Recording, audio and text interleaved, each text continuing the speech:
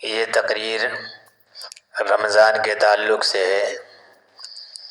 آپ لوگ اس کو پورا سنیں گے تو انشاءاللہ آپ کے اندر رمضان کے مہینے میں عبادت کرنے کا شوق، حوصلہ، جذبہ پیدا ہوگا۔ اعوذ باللہ من الشیطان الرجیم، بسم اللہ الرحمن الرحیم۔ یا ایھا الذین آمنوا کتب علیکم الصیام کما کتب علی الذین من قبلکم لعلکم تتقون۔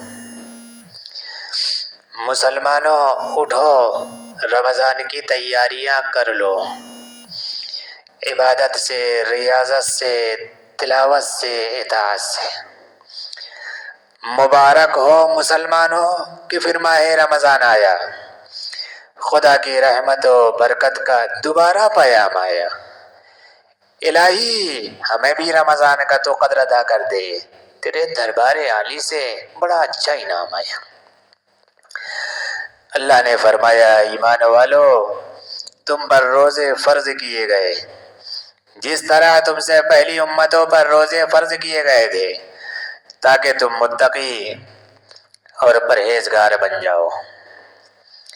حضرات گرامی، رمضان المبارک کا مہینہ اسلامی کیلنڈر کے اعتبار سے بہت ہی مشہور و معروف مہینہ ہے۔ رمضان کا مہینہ ہمیشہ اہمیت کا حامل رہا ہے۔ رمضان عربی لفظ ہے۔ رمضان کے معنی لغت میں جلانے، خاکستر کرنے کے آتے ہیں۔ جس طرح آگ لکڑی کو جلا کر راکھ کر دیتی ہے، ٹھیک اسی طرح رمضان انسانوں کے گناہوں کو ختم کر دیتا ہے۔ انسانی دلوں پر غلط کرتوت کی وجہ سے جو زنگ اور میل کچیل جم جاتا ہے، یہ رمضان میل اور گندگیوں سے انسان کو صاف ستھرا کر دیتا ہے۔ ہمارے آقا مولا جناب محمد رسول اللہ صلی اللہ علیہ وسلم 13 سال تک مکہ معظمہ ہی میں لوگوں کو احکام خداوندی سناتے اور اس کی تبلیغ کرتے رہے، لیکن جب مکہ کے باشندوں نے آپ کو ہجرت کرنے پر مجبور کر دیا تو آپ صلی اللہ علیہ وسلم مکہ چھوڑ کر مدینے تشریف لے آئے۔ تو یہاں سب سے پہلے عاشورہ کا روزہ فرض ہوا تھا، لیکن ہجرت سے 1.5 سال بعد 10 شعبان سن 2 ہجری کو رمضان کے روزوں کی فرضیت کا حکم نازل ہوا اور عاشورہ کی فرضیت ختم کر دی گئی۔ آپ صلی اللہ علیہ وسلم نے یہ اعلان فرما دیا کہ اب جو چاہے عاشورہ کا روزہ رکھے، جو چاہے نہ رکھے۔ علماء کرام نے لکھا ہے کہ جب حضرت آدم علیہ السلام نے جنت میں گیہوں کا دانہ یا پھل کھا لیا جس سے اللہ تبارک و تعالیٰ نے منع فرمایا تھا، تو حضرت آدم علیہ السلام کے پیٹ میں اس کا اثر پورے مہینے تک باقی رہا تھا۔ پھر جب اللہ تعالیٰ نے ان کے توبہ قبول کی تو کفارے کے طور پر اتنے ہی دن روزہ رکھنے کا حکم نازل ہوا۔ بس وہی حکم ان کی اولاد کے لیے بھی مقرر ہو گیا اور مکمل 1 مہینہ روزہ رکھنے کا حکم نازل ہوا۔ سامعین کرام، رمضان المبارک کا مہینہ چونکہ قدرت الہی کی جانب سے ایک بے شباہ تحفہ ہے، اس کا ایک ایک دن، ایک ایک ساعت، ایک ایک لمحہ بھی انتہائی قیمتی قابل قدر ہے۔ اس کی اہمیت کے پیش نظر رسول پاک صلی اللہ علیہ وسلم رمضان شروع ہونے سے پہلے ہی صحابہ کرام کو جمع کر کے تقریر فرمایا کرتے تھے، رمضان کی وقعات اور اس کی قدر و قیمت کو سمجھاتے ہوئے اچھے عملوں کا شوق دلاتے۔ چنانچہ عبادہ بن صامت رضی اللہ عنہ فرماتے ہیں کہ ایک مرتبہ رمضان کا مہینہ قریب تھا، اس وقت رسول پاک صلی اللہ علیہ وسلم نے ارشاد فرمایا کہ اے لوگو، رمضان کا مہینہ آ رہا ہے جو بہت برکتوں کا مہینہ ہے، اللہ تعالیٰ اس میں تمہاری طرف خصوصی توجہ فرماتا ہے، تم پر اپنی رحمت نازل کرتا ہے، گناہوں کو بخشتا ہے، دعائیں قبول کرتا ہے اور تمہاری نیکیوں کو ایک دوسرے سے بڑھنے کو دیکھ کر فرشتوں کے سامنے فخر کرتا ہے، لہذا تم خدا کو اپنی نیکیاں دکھاؤ۔ فرمایا، پھر پیارے آقا نے فرمایا کہ بڑا ہی بد نصیب ہے وہ شخص جو رمضان کے مہینے میں بھی اللہ کی رحمت سے محروم رہ جائے۔ حدیث کے اندر پیغمبر علیہ السلام نے فرمایا ہے کہ اللہ تعالیٰ بندوں کی عبادت کو دیکھ کر فرشتوں کے سامنے فخر کرتے ہیں۔ اس کا کیا مطلب ہے؟ اس کا مطلب یہ ہے کہ جب اللہ تعالیٰ نے حضرت آدم علیہ السلام کو پیدا کرنے کا ارادہ کیا تو فرشتوں کو خبر دینے کے طور پر ارشاد فرمایا تھا، انی جاعل فی الارض خلیفہ، کہ میں زمین پر اپنا ایک نائب پیدا کرنا چاہتا ہوں، بس تم لوگوں کی کیا رائے ہے؟ فرشتوں نے بیک زبان ہو کر کہا، تجعل فیہا من یفسد فیہا ویسفک الدماء، کہ آپ زمین میں ایسا ایسے لوگوں کو بسائیں گے جو زمین میں فساد کریں گے، آپس میں خون ریزیاں کریں گے، ظلم زیادتی، حق تلفی، بے رحمی، جن کا شیوا ہوگا۔ اللہ نے فرمایا انی اعلم ما لا تعلمون، جاؤ تمہیں کیا خبر، مجھے سب کچھ معلوم ہے، مجھے ان تمام چیزوں کی خبر ہے جس کو تم نہیں جانتے۔ اس لیے اب اس کے نیک بندے جب خدا کی عبادت کرتے ہیں تو اللہ پاک خوش ہو کر فرشتوں سے کہتا ہے دیکھو یہ وہی آدم کی اولاد ہے جس کے بارے میں تم نے فساد اور خون ریزی کا اندیشہ ظاہر کیا تھا۔ محترم حضرات ذرا غور کیجئے کہ ہم تھوڑی سی نیکی کر کے اللہ کے کتنے مقبول کتنے پیارے بن جاتے ہیں کہ فرشتوں جیسی مقدس مخلوق کے سامنے خالق دو جہاں ہمارا تذکرہ کر کے فخر کیا کرتے ہیں۔ ابھی اگر ہم نے اپنے آرام اور راحت میں لگ کر اطاعت و فرما برداری اور نیکیوں میں غفلت شعاری سے کام لیا تو کتنا نقصان ہوگا اور کتنے قیمتی وقت کو ہم ہاتھ سے کھو دیں گے۔ یہی وجہ ہے کہ اللہ کے محبوب پیغمبر صلی اللہ علیہ وسلم نے فرمایا ہے کہ بڑا ہی بد نصیب ہے وہ شخص جو رمضان کے مہینے میں بھی اللہ کی رحمت سے محروم رہ جائے۔ چنانچہ بخاری شریف کی ایک حدیث ہے، پیارے آقا نے فرمایا من صام رمضان ایمانا و احتسابا غفر له ما تقدم من ذنبه وفی روایت وما تاخر۔ پیغمبر علیہ السلام نے فرمایا کہ جس نے ایمان کے ساتھ ثواب کی نیت سے رمضان المبارک کے روزے رکھے اس کے اب تک کے تمام گناہ بخش دیے گئے۔ ایک روایت کے مطابق اس کے اگلے اور پچھلے تمام گناہ بخش دیے گئے۔ پچھلے گناہوں کی معافی تو عقل تسلیم کرتی ہے، لیکن آئندہ ہونے والے گناہوں پر مغفرت کا عظیم الشان یہ اعلان دل کو کھٹکتا ہے، جبکہ ایسے کوئی بات نہیں ہے۔ حدیث میں ہمیں بتلایا جا رہا ہے کہ ایسے شخص کو گناہوں سے بچنے کی توفیق مل جاتی ہے، اور آئندہ ہونے والے گناہوں سے بچنے کی توفیق کا عطا ہونا مغفرت کا ہی درجہ رکھتا ہے، لہذا ہم اس توفیق کو بھی مغفرت کے برابری کا درجہ دے سکتے ہیں۔ اسی طرح سید البشر والجن جناب محمد رسول اللہ صلی اللہ علیہ وسلم نے ارشاد فرمایا سید الشہور رمضان، کہ سب مہینوں کا سردار رمضان ہے، کیونکہ ماہ رمضان اتنی خصوصیات کا حامل ہے جس سے یقیناً دوسرے مہینے آ رہی ہے۔ شب قدر جس کو قرآن نے خیر من الف شہر کا، وہ اسی کے گود میں پایا جاتا ہے۔ کتاب مقدس کا نزول آسمان دنیا پر اسی ماہ میں ہوا۔ ثواب کی کثرت، مبتلا عذاب کی خلاصی، شیطانوں پر پابندی، توفیق و اطاعت جیسی نعمتوں کا نزول رمضان کی سیادت کے لیے کافی ہے۔ رمضان کے دنوں میں معمولی نیکی بھی عند اللہ بے پناہ مقبول قابل قدر ہوتی ہے۔ رمضان کے دنوں میں مسلمانوں کا اٹھنا، عبادت کے لیے چلنا پھرنا، کھانا پینا، سونا جاگنا ہر ایک زیادتی ثواب کا باعث ہوتا ہے۔ ہر ایک کے بدلے اللہ تعالیٰ اپنے بندوں کو بے انتہا ثواب عطا فرماتا ہے۔ نفلی عبادت کا ثواب فرض کے برابر ہو جاتا ہے، فرض نماز کا ثواب 70 درجے بڑھ جاتا ہے۔ اسی کو پیارے آقا نے فرمایا من تقرب فیہ بخصلۃ من الخیر کان لمن ادى فریضۃ فیما سوا ومن ادى فریضۃ فیہ کان لمن ادى 70 فریضۃ فیما سوا، کہ جو شخص رمضان کے مہینے میں کوئی نفلی عبادت کرے اس کا ثواب اتنا ہے جتنا غیر رمضان میں فرض کا، اور جو شخص کوئی رمضان کے مہینے میں کوئی فرض عبادت کرے اس کا ثواب اتنا ہے جتنا غیر رمضان میں 70 فرضوں کا۔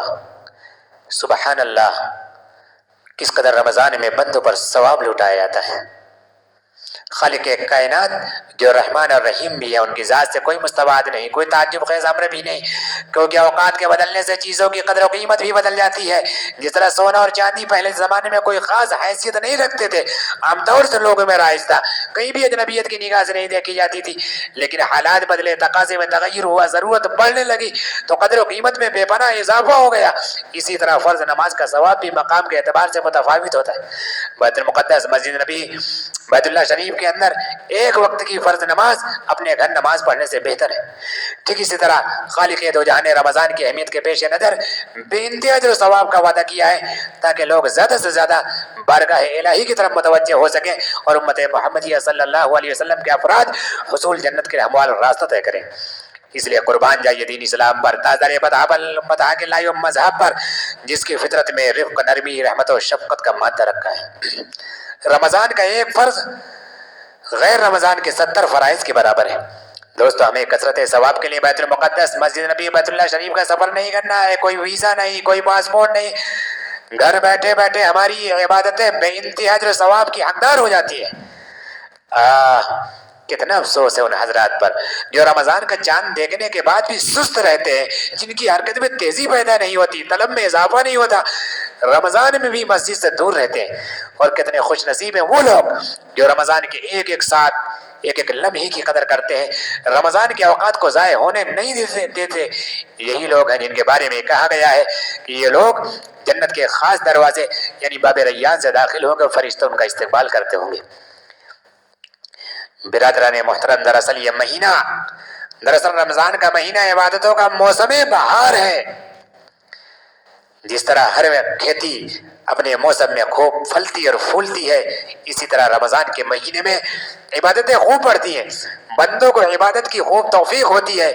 یہی وجہ ہے کہ اکثر لوگ اور دنوں کے بنسبت رمضان شریف کا بہت اہتمام کرتے ہیں۔ کام دھندا، تجارت و صنعت، زراعت و کاشتکاری تو ہمیشہ ہوتی ہے، لیکن رمضان المبارک کا مقدس مہینہ سال میں ایک مرتبہ نصیب ہوتا ہے۔ پتہ نہیں کہ دوبارہ ایام رمضان کس کے مقدر میں لکھے ہوئے، کس کا مقدر محروم کیا گیا، کسی کو معلوم نہیں۔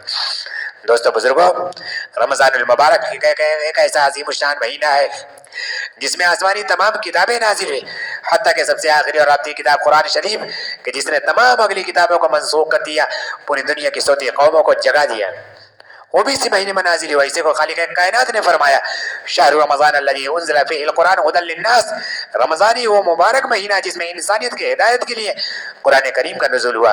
رمضانی وہ مبارک مہینہ ہے جس میں حضرت ابراہیم علیہ السلام پر صحیفوں کی شکل میں انسانوں کی آزادی کا پروانہ صحیفوں کی شکل میں پہلی یا تیسری رمضان کو ملا۔ رمضانی مبارک مہینہ ہے جس میں حضرت داؤد علیہ السلام کے زمانے میں آزادی کا یہ قانون زبور کی صورت میں 12-18 رمضان کو ملا۔ رمضانی وہ مبارک مہینہ ہے جس میں موسیٰ علیہ السلام کو توریت کے نام سے 6 رمضان کو ملا۔ رمضانی وہ مبارک مہینہ ہے جس میں عیسیٰ علیہ السلام کو 13 رمضان کو صحیفہ انجیل ملا۔